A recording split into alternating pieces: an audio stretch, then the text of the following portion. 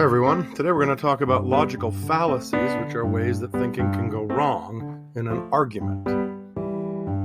Logical fallacies are a problem with the way we think. Not necessarily a problem with our facts, but a problem in the way we reason. In that sense, it's more than just being wrong. Here are some examples. One is called ad hominem, which means to the man. That's when you attack the holder of an argument instead of the argument itself, or resort to personal attacks. Here's an example of an ad hominem argument. I should reject my opponent's argument because she hates me. Another kind of ad hominem argument is called tu quoque, which translates to you also.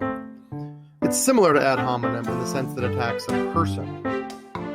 An example might be someone proposing vegetarianism, even though they themselves aren't one. Another kind is called straw man. Straw man argument is when you summarize your opponent's argument weaker than it actually is in order to better destroy it. An example of this might be, suppose someone argues beer ads should be banned from television. Well, banning alcohol wasn't the proposal in the first place.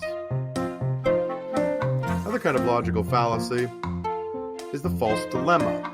This is when only two choices are presented to solve a proposition when there might actually be many more than two. An example might be in the war against terrorism, you're either America's ally or its enemy. There are many other positions that one could take. Another kind is called slippery slope. This is when, in a proposition, the fallacy is, if one step is taken, all steps must be taken. An example here might be, if you don't do well on a test, you won't do well in the class, and you won't do well in your life.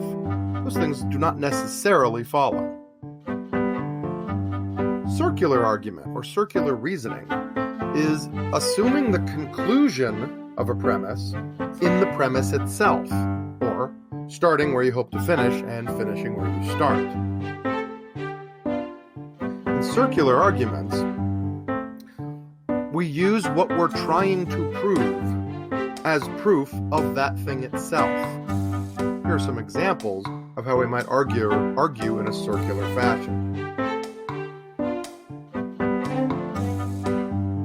Post hoc ergo propter hoc, after this, therefore, because of this, is what we call a causal fallacy, mistaking causes and effects. Just because something comes before something else does not necessarily mean that was the cause.